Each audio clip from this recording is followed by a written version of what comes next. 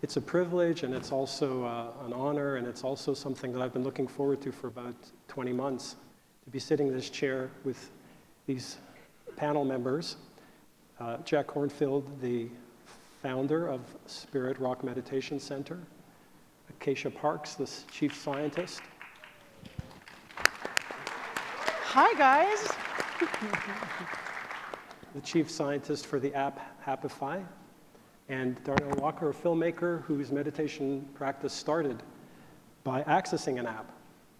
And we are going to discuss this issue, which is very topical, that relates to contemplative practices in the age in which digital technologies dominate. Now, the words technology and disruption are often heard together. Technology has enabled disruption in a number of industries. And usually the concept of disruption refers to the disruption of financial models that undergird many of how these industries operate and the need for new ways of generating revenue from services that are delivered in very different manners. But the term disruption also applies to experiences, that as industries are disrupted, the experiences that we as end users receive are also disrupted. So for example, when most of us were growing up, using the telephone was a manner of communicating with other people. These days, texting seems to have replaced using the telephone. Even though many of us have telephones, especially younger users tend to prefer texting. So the experiences of communicating by telephone have changed. And as a field, so much of what we do is leveraged and prefaced upon experiential learning. And so the two possibilities coming together of disruption in the experience of mindfulness or contemplative practice really formed the rationale for why this panel was put together. And what we wanted to have on this panel were voices of stakeholders, someone who works in the industry, like Acacia, someone who was a user who started his journey into meditation practice because of an app that was available, and a mindfulness teacher and instructor. And I've done a little bit of work in the area of evaluating it scientifically. And so the format is that we have 4 questions that we'll just take a turn at going through. And we may not get through all of them. I will try to keep us moving so that the discussion is cogent and we're able to address some of these questions. And in general terms, the questions are going to address issues of integrity, issues of hazards, issues of commerce, and issues of standards. So the first question that I'd like to ask the panel is that, is there an experiential limit on how well contemplative practices can be taught through video and online interactivities in the absence of a relationship with a contemplative teacher? So no need for a definitive answer, maybe some speculation. Go for it. Actually, a lot of my background is started off in studying cognitive behavioral approaches, and a lot of the same questions were asked about cognitive behavioral therapy when I was in graduate school, I don't know, 10 years ago. And there was this research, which actually got me interested in research in the first place, that found that if you took the techniques of cognitive behavioral therapy and you put it in a book, carefully detailed what you're supposed to do and how often you're supposed to do it, and gave it to a person, like a self-help book, but full of science, they did research studies comparing people learning cognitive therapy through these books to learning cognitive therapy from a therapist, and the effects were comparable. And this made my head explode at the time. How could that be, that a person could take techniques and figure out how to use them themselves? But it's been replicated many times. So, I mean, I can't say for sure that I think the same is true for mindfulness. I mean, I learned mindfulness in a traditional mindfulness-based stress reduction class. It was very regimented. I didn't learn it myself. Maybe you can speak to that. But there is research, at least in other areas, that certain types of therapeutic techniques that help with well-being can be taught to a person without a direct intervention from another human being. Thank you. Thank you. Darnell? Yeah, sort of what you were going for, one of the things that kept me on the app is that it was reading some of the research, which is fairly new, and it was saying that there were people who were using the apps and there were people who were going into the classroom, and those who were using the apps, some turned out to be just as happy or had the same reactions as the folks who were going into the classroom. And so I said, well, if that's what's happening, then the apps aren't that bad. And so that's what kept me, downloading new apps. Let me try this one out. Let me try this one out. And when I had a chance, I would go, in New York, and I had time, I would go into to a teacher or to someone who was leading these groups and see if there was a difference. And I really couldn't see it for me. Yeah, that's cool. So, I know, I'm just... oh, it's all interesting. This is the world that we're in. When my daughter was in law school a few years ago, I went to visit one of her classes because there was this great con law professor at Berkeley that she said, Dad, you have to come listen. And I sat in the back, and two things. First of all the students were there with their screens open. A lot of them were also playing solitaire or shopping while the lecture was going on. But none of them spent any time in the law library, which is where law students for hundreds of years, because it was all in their laptop. It's like Willie Sutton robbing the banks. That's because where the money is. This is where the next generation is. So that's the first given, and it's what's happening. Then your question is, can we transmit something really meaningful in that way? The research shows that some of it can be, certainly for cognitive behavioral stuff. There was a study from the University of Pittsburgh together with NIMH that showed that new physicians who were under a great deal of stress, by doing 3 30-minute classes that were kind of online therapy, the level of depression, overwhelm, and suicidality dropped significantly. So a lot of things can happen online. In the same way, there was a U.S. Department of Education meta-analysis of 1,000 studies of online learning. And we've all heard that the big MOOCs, the universities, that, MIT puts out a class and 1 million people take it and not very many finish it. But the reality is that for the people who did online classes, there was actually a very large group that learned a lot, kind of what you're saying. Then the deeper question is, in contemplative life, what are we trying to communicate? Yeah. Yes, we want to foster well-being, as online therapy might, or online cognitive things. And at the same time, there's a reality that's being communicated in the Dharma that we're not just this separate being that we take ourselves to be, but that we are able to step out of the small, limited sense of self and feel a connection with the vastness of the cosmos beyond ourselves. And that becomes both liberating and it evokes compassion and human understanding. And can that be communicated? I believe that it can to a certain extent, because I know people who read Siddhartha in high school and it changed their life, So it is possible, but most of the research and the things that I've been involved in seems to show that the better way is a blended element, which includes both online teachings, but also at least online relationships or online mentoring. There's some way in which, even if it's being all done online, to have a relationship with another human being when you are afraid or caught or in a destructive belief pattern, who can sit as witness and say, oh yeah, been there too, that's not who you are. Who you are is so much bigger than this. Yes, it can be communicated in some ways, but I think that we also need somehow to keep a human connection as a thread in it for it to work at its best. Do we get to respond again, or? Sure. Yeah, I Go don't for know. it. Is it one per? Yeah. So I'll push a little bit more.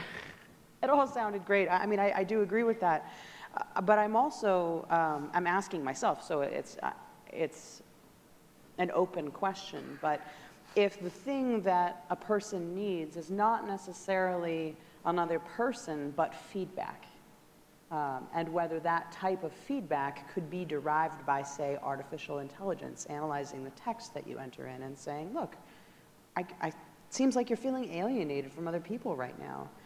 Here's some suggestions for what you might do. But to what extent are there ways that technology can start to address those things so that we're not talking about static tools thrown on a website, here, go use this, but an actual interactive experience that starts to feel like a human experience, even though it's not? I don't know. I think it will grow, and there's a tremendous amount of possibility in it. The other panelist who didn't come today was Tanya Singer, who's another of the great researchers in the same area. And I said, Tanya, what's the research body that we have about, not just about therapy or education online, but about contemplative practices and their successes? And she said, there really isn't any yet. So we also need to answer your question to be honorable about it and say, we don't know. It's the direction we're going, and it's actually a kind of a weird thing, because the way AI and the kind of development of interaction is going at this point is that very soon, if not tomorrow, AI will be able to tell what mood you're in by reading what's happening in your pupil, by checking the CO2 level changes in your skin already. You will get in your car, and your car will know what mood you're in. I'm serious. And then it will have to decide, if you're depressed, whether to put on sad music to accompany you, or whether to put on happy music to cheer you up. I mean, it sounds like a joke, but there are real discussions of things like that. Tomorrow it's going to be happening. Yeah. So we're in a conversation that in a way is also lagging a bit, because AI and all that is galloping away from us. Yeah. And we could talk about the problems and the dangers of it, but it's the reality that we're in. Can it do everything? Probably not, but can it be very beneficial, which is what you're saying, and lead people? Yes, I believe that that's so. But with that, I mean, are we talking about, like, with the kids that are coming up that are using these apps? I think AI would be great because they come into it. But for a lot of us, for me especially, I'd say, I don't know if I'd be able to fully give myself all the way to it, because there'd still be this thing of it's still not real. That relationship still is not what I thought it was. You know what I mean? Like, even if it's having this conversation with me and it's like a best friend, it's still that piece that's like, yeah, but it's not, you know? So where's that divide, that split? At what age, and what's the audience? And who's the audience for the AI, strictly AI? Well, and to even throw a bigger wrench in the works, I know some of the work that I've done with older veteran populations, right, to be a complete contrast. There would be no conversation with an AI robot that would pass with an older veteran population on average. I mean, a lot of the work that we did, we had some technology, and due to things that were happening in pilot tests, things people were saying, there was this great preference for the phone call. That was the whole reason they were in the study, was so we would call them, because they could connect with a person. That was their favorite part of the entire study. So there are certain populations where it's not even an appealing option. And following what you say, both of you, can you imagine doing hospice work with AI? Right. Sitting there with somebody who's dying, there's a different kind of presence that's necessary at times in our life that, at its best, invites a whole different consciousness. I'm also concerned about young people because you're a filmmaker, and so you're really in a way, in the world of what people are doing in media. And there are ways in which, as we know now, it's addictive, even though it's beneficial. The most read article in the New York Times last week, for a whole week, was the article that was about how Steve Jobs and Bill Gates and other Silicon Valley leaders wouldn't let their kids use smartphones till they were teens. And people's concern about the fact that, as our dear friend Tristan Harris, who runs the Center for Humane Technology and really a kind of guiding light in this, has said, the most powerful algorithms in computers are tracking all of your use on YouTube and Google and everything, and tailoring things to capture your attention where they can then advertise more. And so it's your, your day-to-day brain and the best computers in Silicon Valley trying to, in a certain way, manipulate your attention.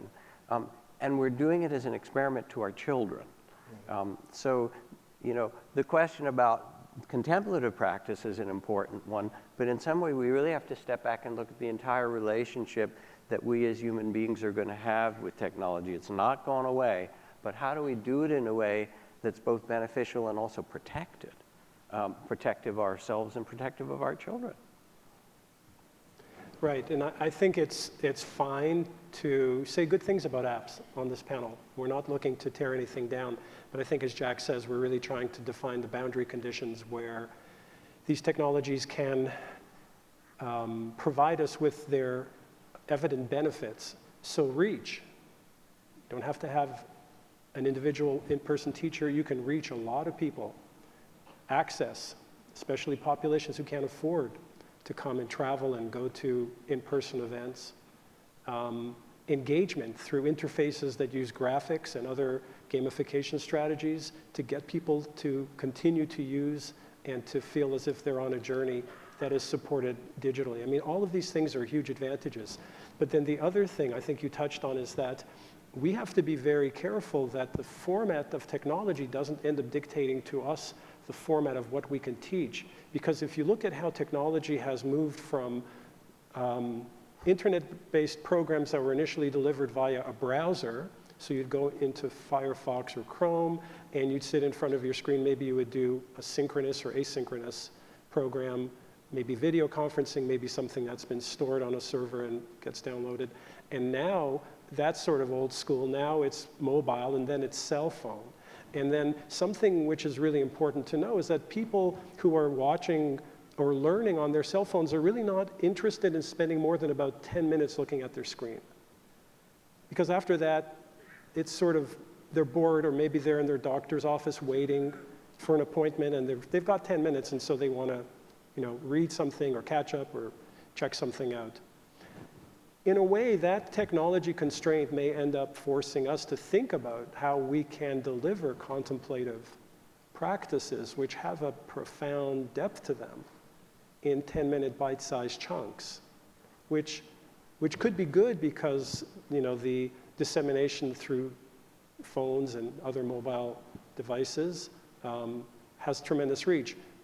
But does it corrupt, or in some ways, maybe that's too strong a term, it challenges us to find programming and ways of communicating that still retains what we feel is at the heart of this work. And so that's one of the things that I wanted to ask you, not so much to reflect negatively on apps, but what are some of the hazards? And one of the things you mentioned, Jack, right off the top is that the hazards are the very mind states that we're trying to help people step out of, the doing, the fixing, the monitoring, are things that are actually inculcated by this continuous, as someone called it, continuous partial attention to our devices. Albert Einstein said, according to Scientific American, if you can drive safely while kissing a girl, you're simply not giving the kiss the attention it deserves, all right? And this kind of summarizes some of our problem right now. Gentlemen, ladies. Just drop the mic there. Yeah.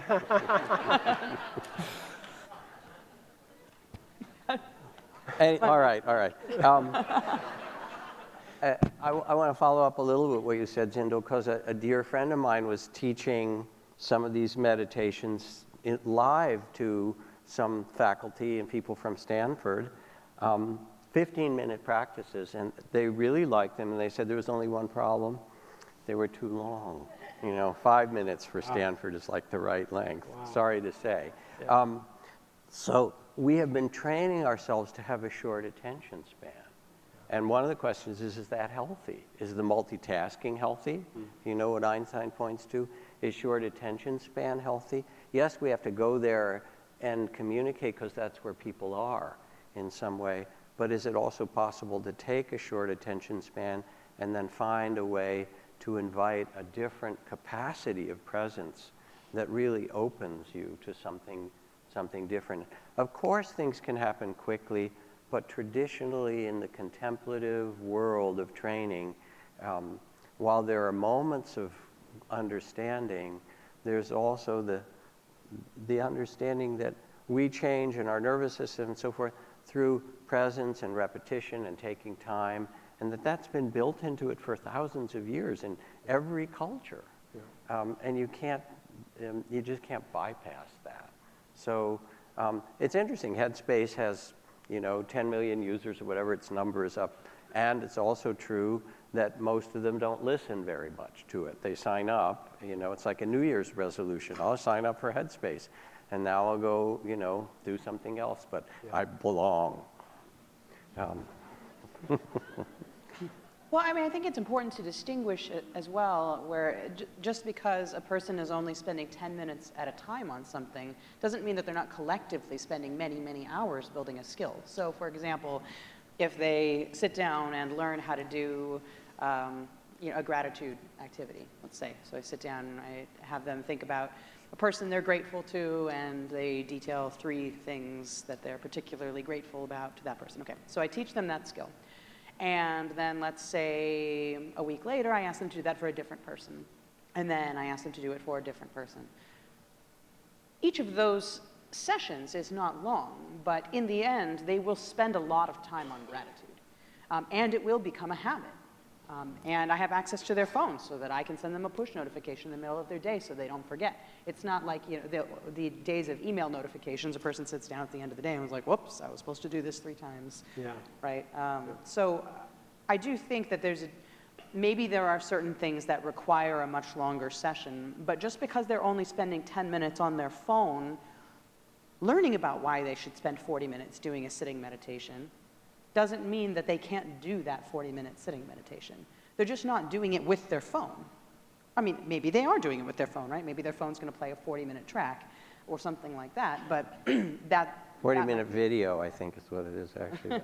YouTube, but okay. But, my point is that just because they're learning about it on their phone doesn't mean they're not going off and living their life and doing these things in ways that take more time than that. Right, that 10-minute figure is not how much time people want to spend working on their well-being. At least there was one study I read some time ago that had found people were willing to spend an hour a day working on well-being. They just didn't necessarily want to be sitting at a website.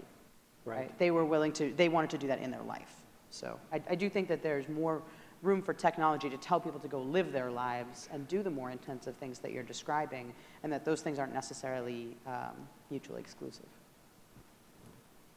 Yeah.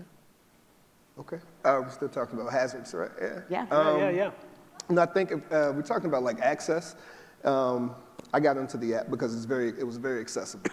Not having access to a lot of resources elsewhere.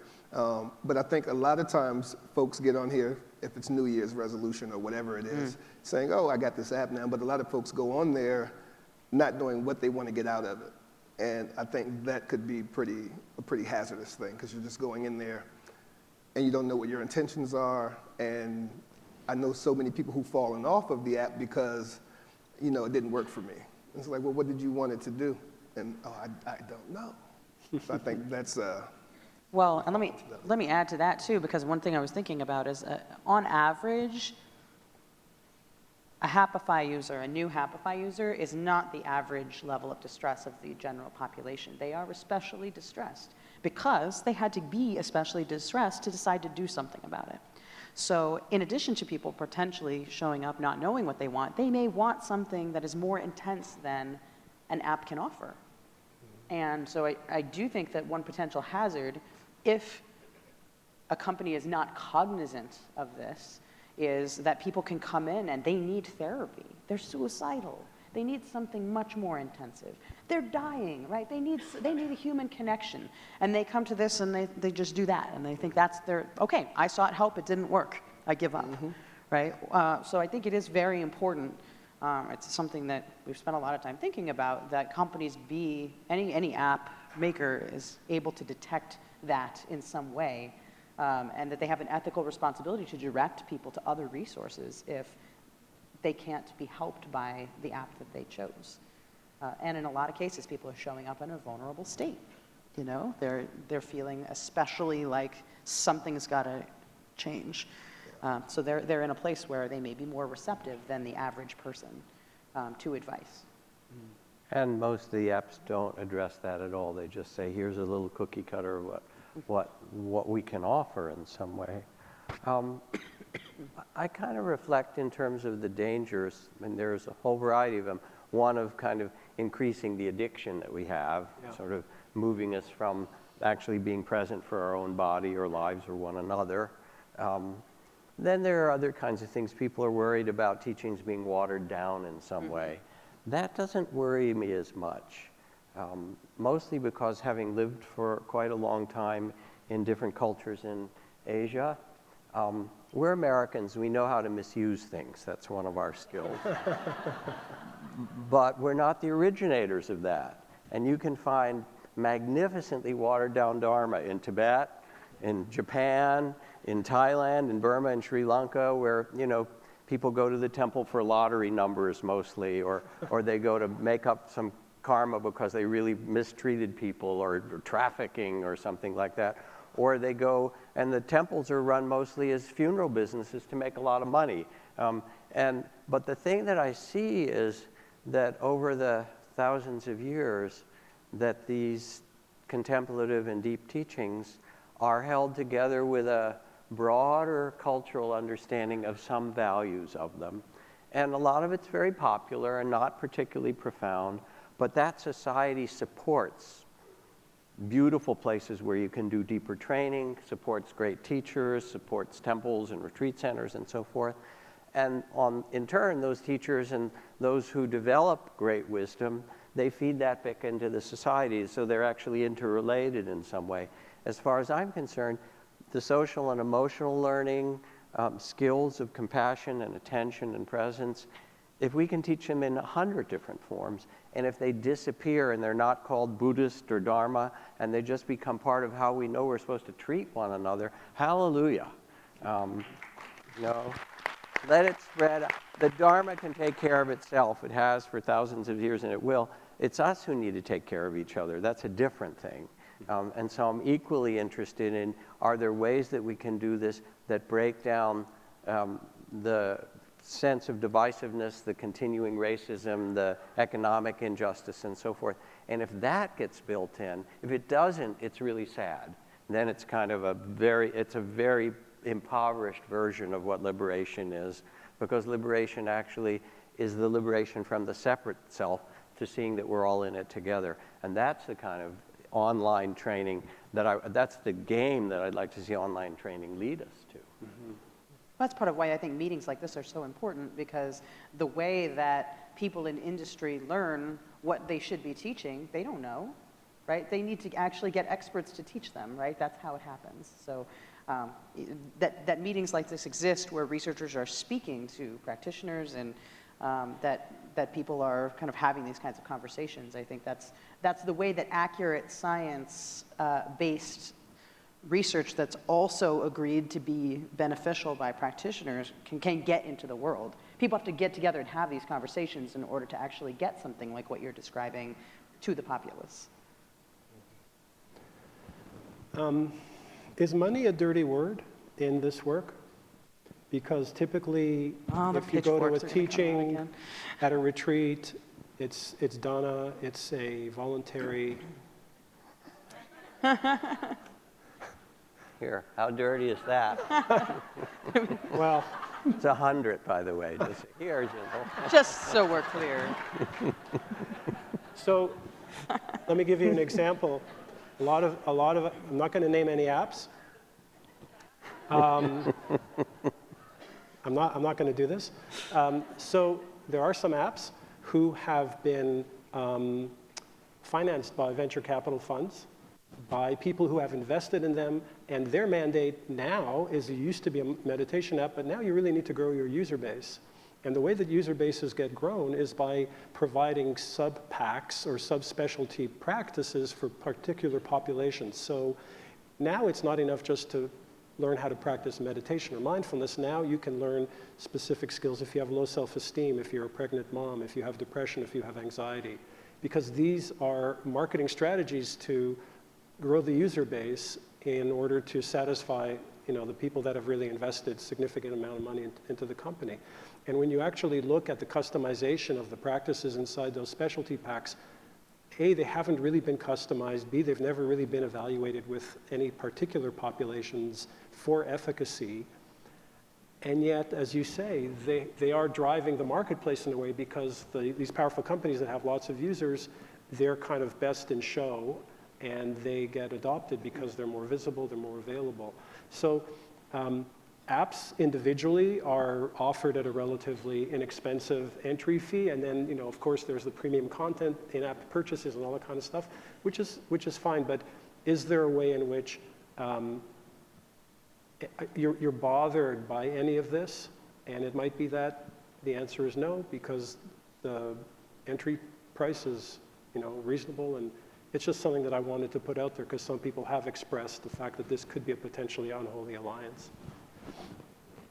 Well, if I understand right, I think it was Lumosity, which had tens of millions of users, that was claiming that it would, reverse memory loss or things like that. And then a surprise from whatever monitoring body, the FDA or something, called them out on it and said, there is no science that says this. And they had to retract or stop advertising in that way. So the science can be used in all kinds of ways as a teaser and in very incorrect ways to, this is scientific. And we've seen that a lot because science is our kind of modern religion. It's the way something is, well, it used to be until a few years ago anyway. We'll leave that aside. Not get too political here. It's too soon. Sorry. But anyway, trying to follow up on that question. We live in a consumer society, and things are organized around money for better and in many cases also for worse. A lot of the great sufferings that we have right now are really around money, whether it's the economic injustice and the history of it in different ways or all the other kinds of misuse and so forth. And it will infiltrate this. It's because it's who we are as a consciousness or a culture. I'm not as worried about that because, again, in Asia, Dharma also, it's not like some pure, let me put food in the monk's bowl and make a prayer and so forth. It has all these different dimensions to it, and yet it survives pretty well and actually quite beautifully. And so, yes, it will be commercial.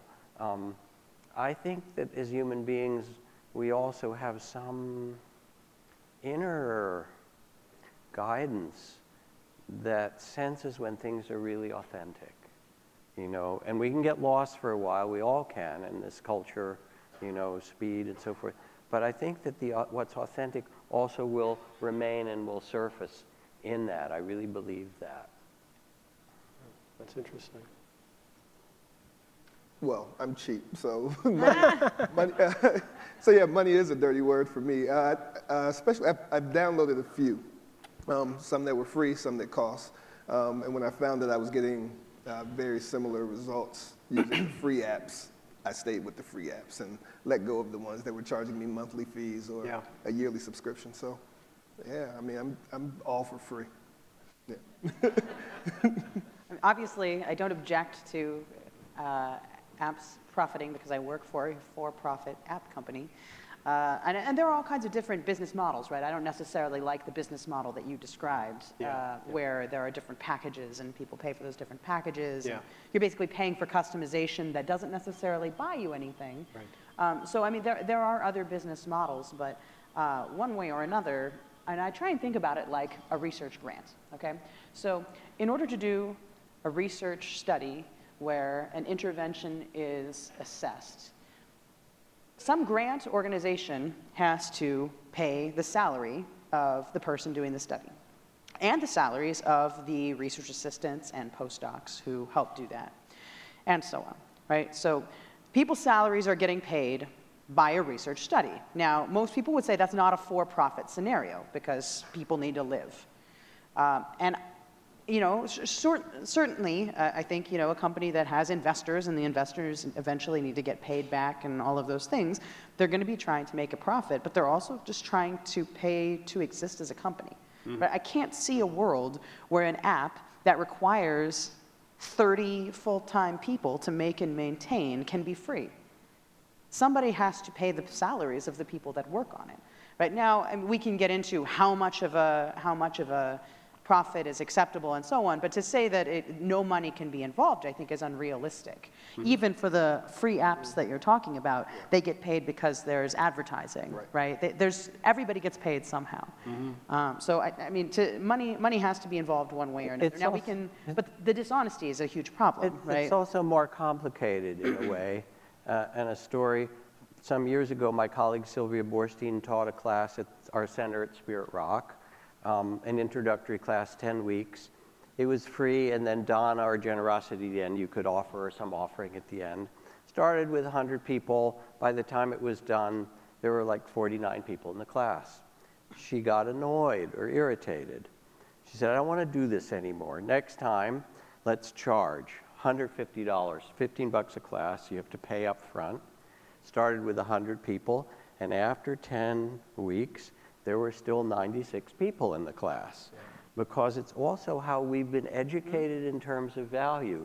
And I know, for example, that I've created with Tara Brock, it sounds true, something called Power of Awareness. That's a 7-week training that's relatively demanding, and it's a few $100s for people who sign up. And because they pay it, they do it. Yeah. And if they didn't pay it, they wouldn't do it. And then we've created an online teacher training, and that's tens of thousands of people. It's not millions yet, but it's still some substantial numbers. We just launched an online beginning mindfulness teacher training for people around the world that's pretty pricey. It's quite a few $1,000s. We had 2,000 applicants for it, and from 49 countries. And it's very demanding, and with both of these, you have a mentor, you meet somebody, you're part of small groups, you're part of individuals, so it's a blended practice. It's not just online teachings, and you have all kinds of trainings and things that you have to go through. The demand that we place on them actually then elicits a kind of commitment, and it's a very different thing than a free app. And that dance between requiring something of someone in some way and then offering them something that's engaged to them as a human being, that seems to be the most successful use that I've seen so far. But there's also that sort of ethical obligation that what you're asking them to pay for is something that you have tested to make sure is going to help them. One would hope, gosh, I hope so, right? That it's not something that just sort of you read some research and think, okay, maybe this will work, or that you have no experience with, right, as a company might. Sometimes companies will pick up concepts, and I've seen apps that the person clearly didn't even read one study, right, but they heard about a concept. So there's or also they teach it, and they've never actually, I did a weekend workshop, and now I'm a teacher, you know? Yes, Right. yeah. For sure. So there is this sort of ethical obligation, too, that in some way, when you are asking a person to pay, you know it will help their engagement, but you want to be confident that the thing you're asking them to engage them in will help them. Yeah. Which is a lovely segue into the next question, which has to do with standards. So I think the consensus here is this is not going away. It's part of the human condition circa 2018. Can we as a field be the ones who set standards to identify the high quality applications that we feel are able to meet these various criteria of authenticity, of depth of learning, of being available in these ways? And because this organization has the resident expertise and the resident volition to try and leave a mark rather than to be buffeted back and forth by whatever app comes out, or to go up against things and say, well, we weren't consulted and this and that, because then it's already too late. But can we in some ways play an informing role through guidelines or through recommendations or through partnerships, or in some ways where our voices and expertise can be fed into the next generation of apps and co-create possibly the kind of content that we think would be truly transformative and leverage all of the advantages of apps? That's one thing that might be worth considering. I don't know. I know the FDA is starting to engage with this phenomenon called social prescription, where just as you might prescribe medication for someone or a behavioral, let's say, smoking cessation regimen, the FDA is now looking to approve apps that could be recommended by a therapist, a physician, that would be used in order to treat a mental or a physical disorder, and that these apps would need to pass muster in much the same way as medications would need to in terms of separation from placebo in randomized trials, or a control condition, I guess, in randomized trials, and a number of other criteria. So it's happening at the FDA level, but they're relatively agnostic in terms of what's actually being contained and taught inside the app. That's something that we might be able to have a input into, so I'm just wondering about that.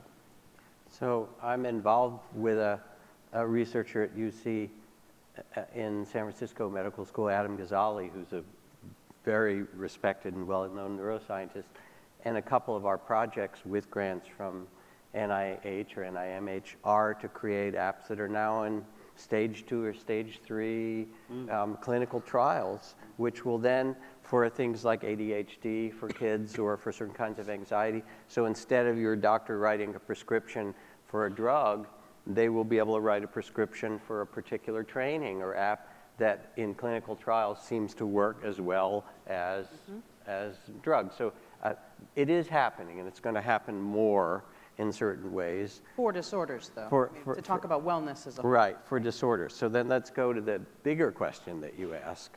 And again, when you ask these kind of questions, whether it's about money or, you know, things being watered down, and they're really big questions, or even is it healthy? I think there's a place for standards, which I'll get to in a moment. But when I look at the Buddhist world, or even the spiritual world, you know, and then I think about the Dharma police, which is a kind of a phrase we used to use.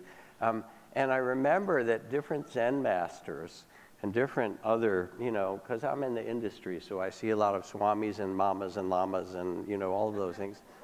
And they don't respect each other very often, quite honestly. Like, he's a Zen master, but he doesn't really know Zen, you know.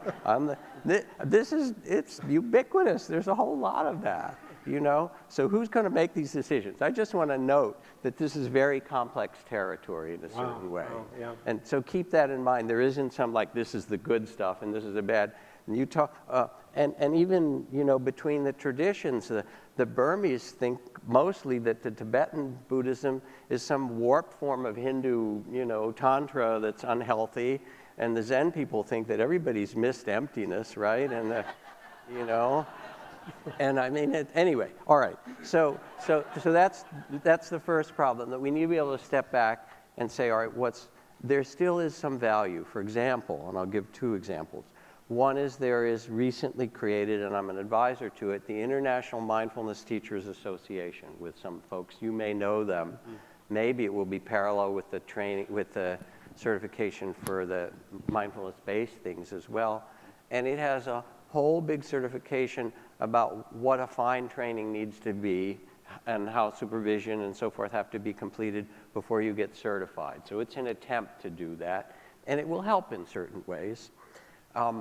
In a project I'm involved with in Silicon Valley called Open Source Compassion with neuroscientists and contemplatives, we're looking at the very principles of technology and how we can build in standards for humane technology and for not doing harm.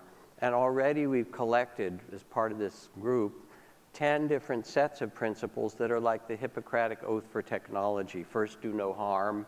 Or ones from the IEEE, from the Engineering Association, or from certain other groups, the AI Association. Here are our principles that we want to adhere to. It hasn't happened yet, and it's really in its formative stage, but I think that there could be some kind of overarching set of principles for the technology world that's involved in promoting well-being, that could be a sort of Hippocratic Oath general standard that people would have to at least reflect on in some way.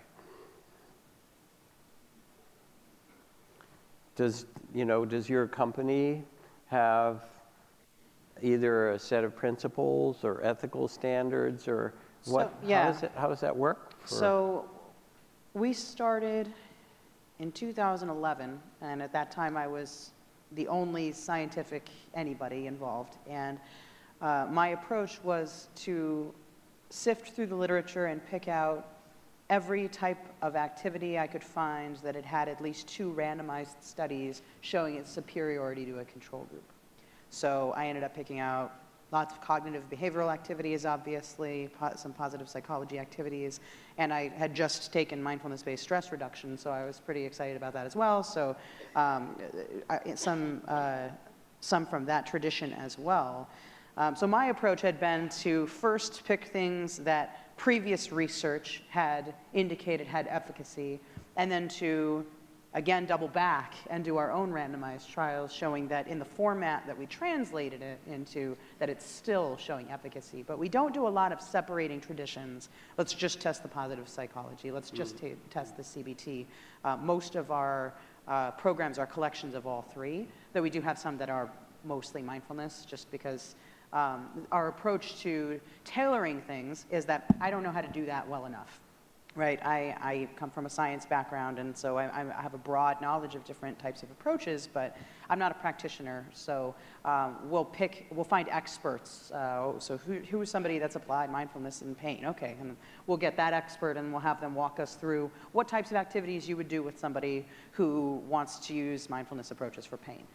So that's where the kind of collaboration, we've worked with 60 different authors who have different areas of expertise.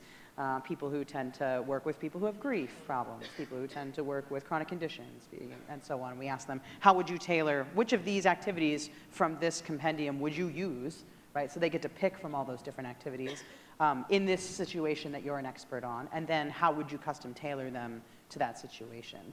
And then, again, we come back around and test that after we've altered it to implement it on our site and make it fit.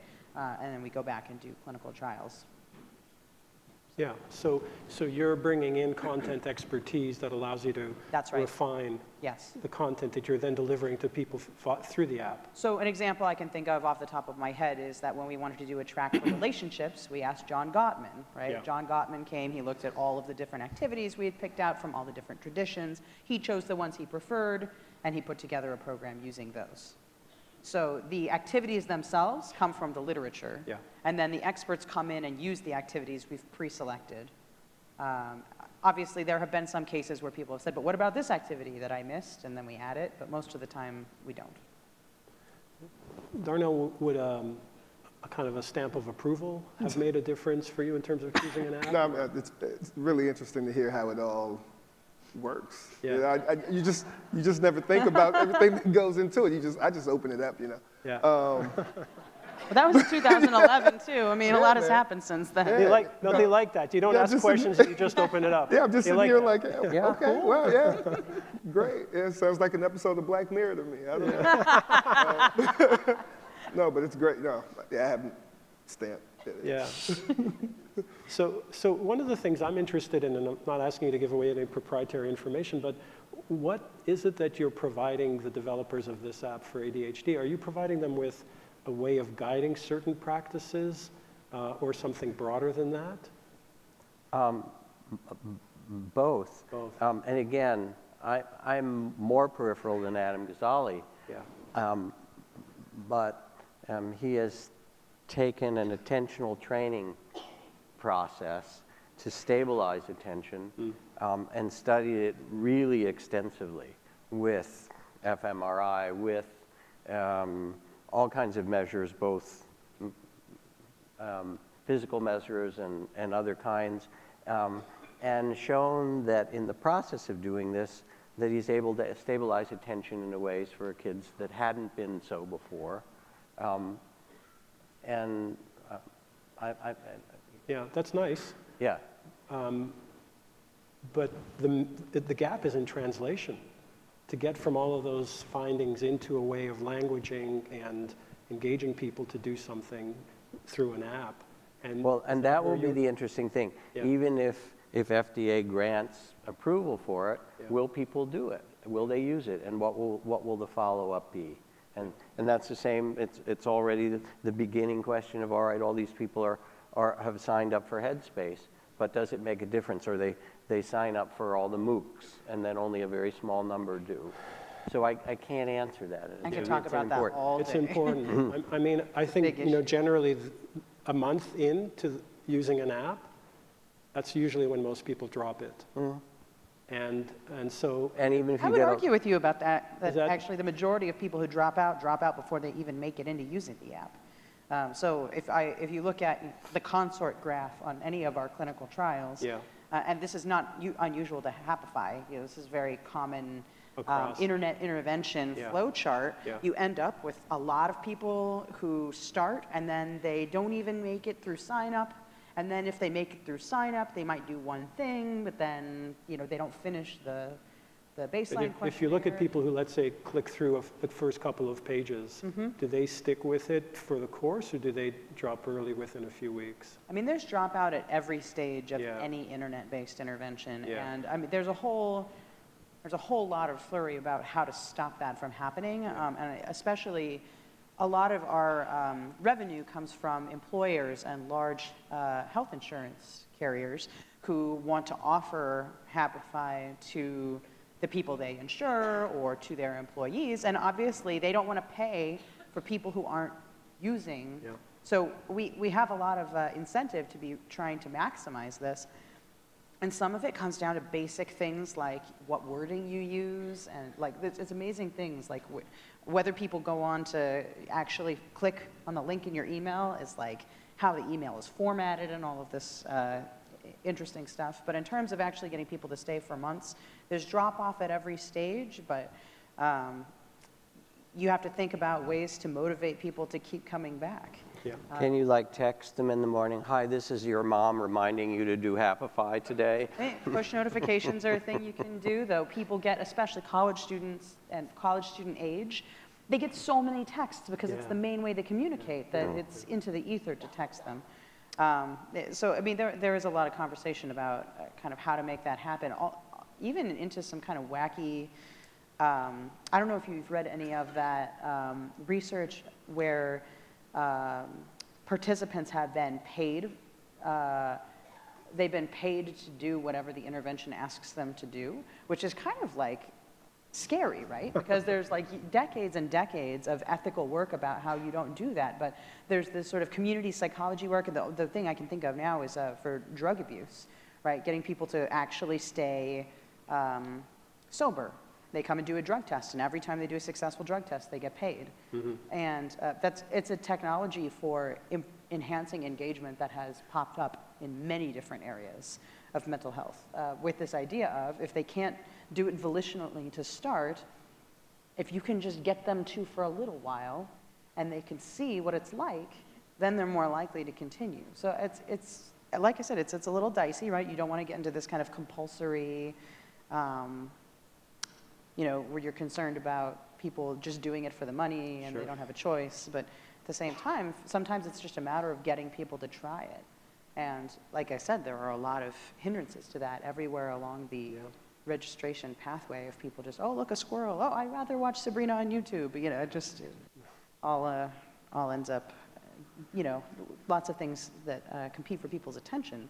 So yeah, it's an open issue for sure, but it does fit with that University of Pittsburgh study as well, that for the physicians that were depressed or stressed and so forth, that it didn't take much. There were 3 30-minute sessions of therapy over the course of 6 months, and there was a really significant change in their well-being.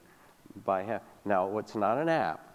I understand that. But also their employer probably endorsed it. Right? Exactly. There are all these other things, but it does show that for mental health, that there are interventions, if you can find the way to get somebody to do it, that have some pretty successful outcomes. Well, and there are mismatches we'll see too, where an employer will say, but we want people to use Happify regularly, and we say, is there any time during their day that they could possibly do it? No. So there's not actually, their managers aren't being encouraged to make time to do it and show their employees that there are times to do it. Right. So when will they do it, right? But our most successful partners have created space for people to use it. And when they do that, people will, right? But it's... Beautiful. Yeah. No, your ground level perspective is really very interesting. we could keep going, but I think we're actually running out of time. Do you want- Can I add one thing? Sure thing. It's a way to end. I kind of want to step back for a moment because it's so clear that no amount of technology, not the internet, not the apps, not artificial intelligence, biotech, nanotech, all of these things, is going to stop continuing warfare and environmental destruction and racism and the kind of conflict we see. Those are really sourced in the human heart. And so our question is, in some ways, stepping back to say, can we look at technology which we're involved in? You know, we have all these great outer developments, and will this technology foster the inner development of humanity, of social and emotional learning, pro-social behavior, of liberation of the heart? If it does, it's really a benefit and we need it. If it doesn't really solve the big problem of humanity, because the outer stuff we have, but the inner stuff we're still very much in the process of needing to develop in some profound way as a species. And that's kind of the lens, this human possibility of awakening, and are we fostering it? And we're experimenting with it, but I want to keep that as the kind of standard that we look at because it's what we need. Yeah.